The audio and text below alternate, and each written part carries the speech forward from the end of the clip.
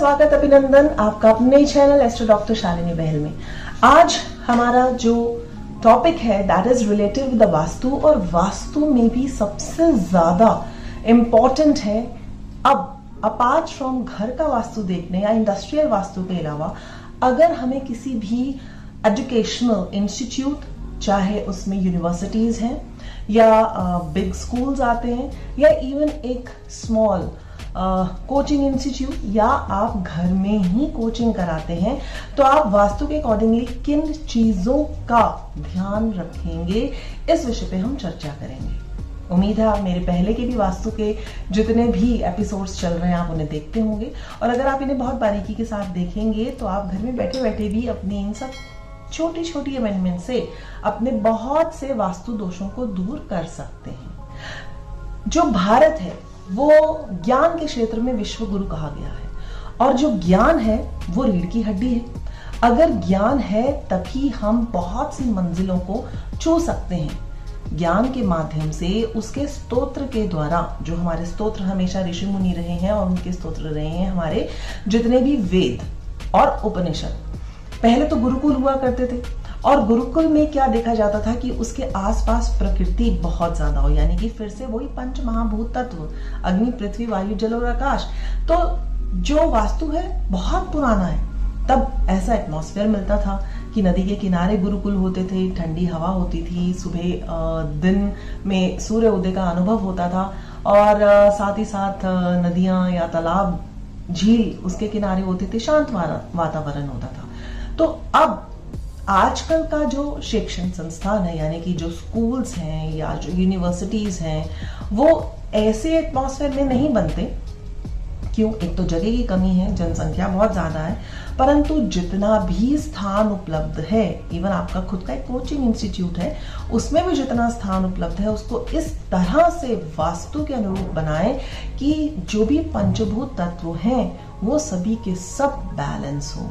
यानी कि अगर आपके इंस्टीट्यूट में कोई आता है तो उसका स्वागत कक्ष बहुत अच्छा हो। सबसे पहले जो मेन एंट्रेंस है उसके ऊपर ध्यान देंगे। अगर हम 4 द्वार खोल सकते हैं बहुत अच्छा। नहीं तो हमारी एंट्रेंस कैसी होनी चाहिए? Entrance is always from the side of east facing और नॉर्थ फेसिंग, बहुत अच्छी है।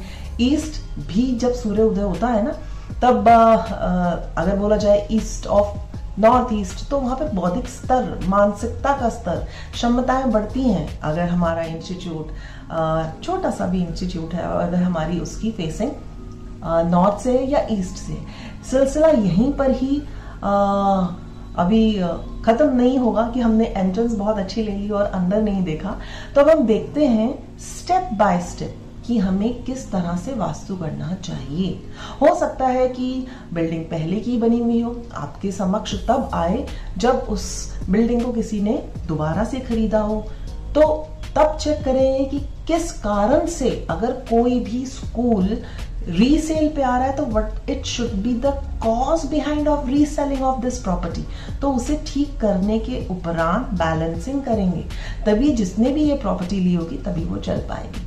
चलिए, तो just take your notebook and जो भी बहुत इंपॉर्टेंट टिप्स हैं regarding vastu of the educational institutes, आप उसे लिखना आरंभ कर दीजिए। मिनिमम जो इंपॉर्टेंट पॉइंट्स हैं in order to make a very good educational institute. First, जैसे बोला, द एंट्रेंस इज इंपॉर्टेंट। फिर उसके बाद हवा और सूर्य की रोशनी आना, दैट इज फर्स्ट प्रेफरेंस, क्योंकि जितना ज्यादा क्रॉस वेंटिलेशन होगा आपके शिक्षक संस्थानों में, उतना ही आपके जो भी स्टूडेंट्स हैं उनकी गतिविधियां अच्छी होंगी। क्यों? क्योंकि बचपन से लेकर 17 साल तक का जीवन जो है, जो स्टूडेंट्स हैं वो अपने स्कूल्स में ही बहुत ज्यादा समय व्यतीत करते हैं, फिर कोचिंग इंस्टीट्यूट में, और उसके बाद फिर यूनिवर्सिटीज में। सो मेन इंपॉर्टेंट जो सबसे पहले हर वास्तु शास्त्री को देखना चाहिए वो ये कि जो प्रीमिसेस है उसकी एंट्रेंस अच्छी हो, फिर जो वहां का पूर्व है यानी कि ईस्टर्न एरिया और जो north area and specifically the Brahmasthan, वो जितना हल्का खुला हो सबसे ज्यादा अच्छा है। कोशिश ये की जाए कि ब्रह्मस्थान के बिल्कुल करीब ही आपका प्रेयर यानी हर स्कूल में, इंस्टीट्यूट्स में प्रेयर्स होती हैं, तो जो भी प्रार्थना का केंद्र है, मॉर्निंग में जो प्रेयर्स हैं वो ब्रह्म स्थान के पास ही हो, वहीं से ही सारी ऊर्जा निकलती है। बच्चे सुबह आते हैं, सुबह आके उनकी प्रेयर्स होना, तो स्कूल के ब्रह्म स्थान पर अगर ये होता है, ब्रह्म स्थान से निकट जो हमारे 4 मेजर देवता कहे गए हैं, अरम्या, आर्यमान, विवस्वान, मित्र, तो वहां अगर होती है तब भी वो ऊर्जाएं पूरी तरह से बच्चों को और विकसित होने में काफी मदद करती है। फिर देखा जाएगा कि जो क्लासरूम्स हैं कैसे हों, they must be in either square or a rectangular shape, not at all in a triangle or any pyramid shapes is good for students who are learning in the institute or in school और इन colleges. फिर देखेंगे कि वहां जो अब आपके classroom है, वहां पर जो बोर्ड है जहां पर टीचर पढ़ाता है, this board is towards the पूर्व और उत्तर, स्पेसिफिकली पूर्व। जो कॉर्नर्स हैं वो खुले हुए होने चाहिए। और क्या देखा जाता है इंस्टीट्यूट में सबसे ज्यादा? जब हमने क्लासरूम देखे तो हम स्टाफ रूम्स देखेंगे, वॉशरूम्स देखेंगे, पानी का जो स्तर है वो कहाँ अच्छा है, कहाँ से बच्चे पानी पी सकते हैं, that is being very important. Conference room, जो आपकी जो स्टूडेंट्स हैं उनकी जब पीटीएम मीटिंग्स होती हैं, पेरेंट्स आते हैं, वो रूम कैसे होने चाहिए, लाइब्रेरी कैसी होनी चाहिए, साथ ही साथ कैंटीन कैसा होना चाहिए, and most important is the playground, क्योंकि जितने भी एथलीट्स निकलते हैं वो यहीं से ही निकलते हैं। प्लेग्राउंड अपने आप में बहुत ही इंपॉर्टेंट रोल प्ले करता है। जब बच्चे थक जाते हैं, हाफ में जब छुट्टी मिलती है, आपका लंच टाइम होता है, देन दे जस्ट गो। अगर ये वाला एक playground, if you think if it's towards southern zone, south में होगा, तो वो बच्चों के अंदर शिक्षा का उत्साह नहीं भरेगा, ना ही उनको कुछ हल्कापन देगा और ना ही स्फूर्ति देगा कि जिससे वो अच्छा सा खेल पाए और अपने देश का या स्कूल का नाम किसमें, गेम्स में भी रोशन कर पाए।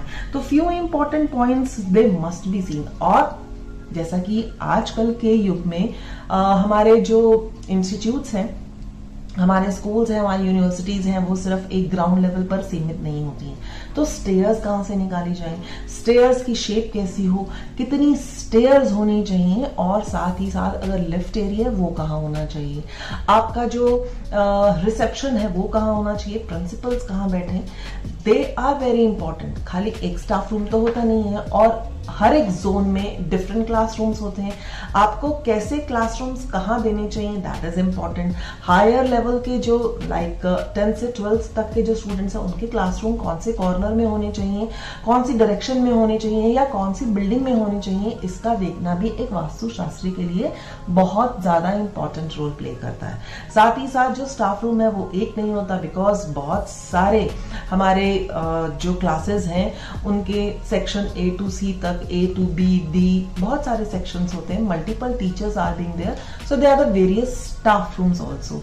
तो इन सब चीजों को देखना बहुत ज्यादा जरूरी है, और खासतौर पे ब्रह्मस्थान। फिर बात आती है कि जो भारत की बात करते हैं, तो उसमें क्या था कि हमारे यहाँ पर बहुत बड़ी बड़ी यूनिवर्सिटीज, जैसे अगर मैं तक्षशिला यूनिवर्सिटी विश्वविद्यालय का नाम लूं, तो अपने आप में वो पूरे विश्व का एक केंद्र रहा, लेकिन एक समय आया जब आज उसका कोई नामो निशान नहीं है। अर्थात हर एक भूमि की जीवन और मृत्यु, हर एक की डेट, एक्सपायरी डेट होती है, और साथ ही साथ उसको हमें रिजेनरेट करना चाहिए। यानी कि अगर आपका कोई इंस्टीट्यूट है, या आप किसी इंस्टीट्यूट में विजिट कर रहे हैं, या दोबारा से बनवाना चाहते हैं, किसी वास्तुशास्त्री से मिलते हैं, और अगर बन चुका है तो समय रहते हुए हमें वर्ष में 1 या 2 बार वहां पर वास्तु पूजन, देवताओं का भोग, ये सब चीजें साथ ही साथ करानी चाहिए। Because ancient vastu is undoubtedly to some extent same of that of a modern vastu, but बहुत सी चीजें बदल गई। जैसे पहले कंप्यूटर्स नहीं होता था, लेबोरेटरीज इतनी नहीं होती थी, तो अब हमें ये भी देखना पड़ेगा कंप्यूटर लैब कहाँ हो, लेबोरेटरीज कहाँ हो। तो इन सब की लिस्ट पहले बनाएं, फिर देखें कि इन सबको आपके पास जितना भी एरिया है उन्हें किस जोन में रखा जाए, ताकि जो छोटे से बच्चे हैं वो विकास प्रगतिशील हो, साथ ही साथ जो उस स्कूल की मैनेजमेंट है वो आपस में उनका समझौता अच्छा हो, सामंजस्य अच्छा हो, टीचर्स की मैनेजमेंट अच्छी हो, टीचर्स और स्टूडेंट्स में बहुत अच्छा बिहेवियर हो, वो एक दूसरे की रिस्पेक्ट करते हो, पढ़ाई में रुझान रहता हो, कॉम्पिटिटिव स्पिरिट हो। तो इन सब चीजों को देखते हुए हम वास्तु का निर्माण करते हैं।